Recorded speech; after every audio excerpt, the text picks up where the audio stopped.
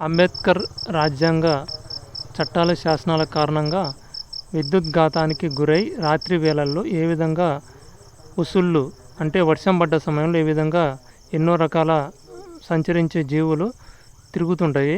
ఈ రాత్రి వేళల్లో సంచరించే జీవులకు విఘాతం కలిగించేలా ఈ విద్యుత్ స్తంభాలకు వేలాడుతున్న ఈ విద్యుత్ బల్బులో కాంతికి గురై ఆ వెలుగులో ఈ విధంగా చనిపోవడం జరుగుతూ ఉంటుంది.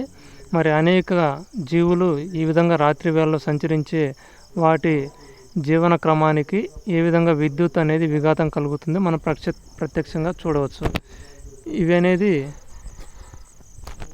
ఉసుళ్ళు అంటారు వీటిని. ఇక్కడ మనం గోడ మీద కూడా గమనించవచ్చు.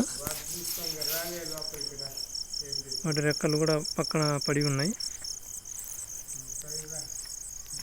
చూడవచ్చు వాటి రెక్కలు కూడా అన్నీ ఊడిపోయి ఏ విధంగా ఇట్లా విద్యుత్ ఘాతానికి గురై అవి అన్ని రెక్కలన్నీ ఊడిపోయి ఉండడం జరిగింది.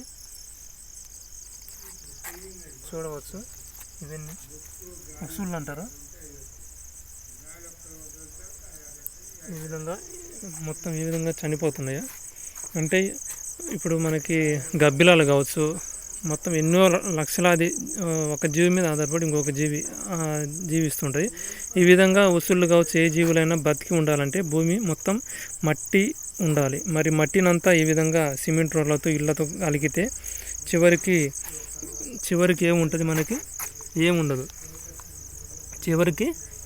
ఈ విధంగా మట్టినంతా కాంక్రీట్ తలకడం వల్ల, కాంక్రీట్ తలకాలంటే మట్టిని సమాధి చేయాలి, చెట్లను సమాధి తగలబెట్టాలి, అడవులు నాశనం చేయాలి. అన్నీ ఈ విధంగా నాశనం అవుతూ జరుగుతూ ఉంటుంది.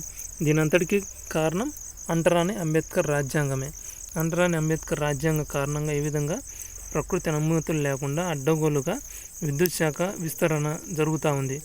మరి అదే కాదు, రోడ్ల విస్తరణ జరుగుతుంది, సిమెంట్ రోడ్ల విస్తరణ జరుగుతుంది, చెరువుల విస్తరణ, రాజధానుల విస్తరణ, టౌన్షిప్లు పేరు చెప్పి తర్వాత నగరాలు, గ్రామాలు, ఈ విధంగా అనేక రకాల పేర్లతో, హాస్పిటల్ పేరుతో, ఆర్థిక అభివృద్ధి పేరుతో, పరిశ్రమల పేరుతో ఈ విధంగా భూమిని అంతా ఏదో ఒక కారణం చేత కాంక్రీట్ తలుకుతూ ఉన్నారు. ఈ విధంగా 30 సంవత్సరాల కింద ఇక్కడ స్థానికంగా ఉండే ఆరుద్దులు అయితే మినుగుడు పురుగులు అయితేమి, ఈ విధంగా ఎన్నో రకాల జీవులు, గుర్రాలు అయితేమి, చిన్నగా ఉంటాయి, చీమలు అయితేమి, ఎన్నో రకాల జీవులన్నీ అంతరించిపోవడం జరుగుతూ ఉంది. అంటే పారిశుద్ధ్య కార్మికులని మనం స్థానికంగా సంబోధించవచ్చు. వాతావరణాన్ని పరిశుద్ధంగా ఉంచి పారిశుద్ధ్య కార్మికులని వీటిని, ఈ పురుగులు కావచ్చు, క్రిమి కీటకాలన్నిటిని మేలు చేసేటి కావచ్చు, ఇంకొక జీవికి హాని తలపెట్టవచ్చు, లేకపోతే ఎటు తిప్పినా కానీ ప్రకృతికి మాత్రం మేలు చేసేటివి. అవన్నీ జీవన క్రమాన్ని మొత్తం స్తంభింపజేసిన అంబేద్కర్ రాజ్యాంగాన్ని వెంటనే రద్దు చేయాలని ఈ సందర్భంగా కోరుతున్నాను.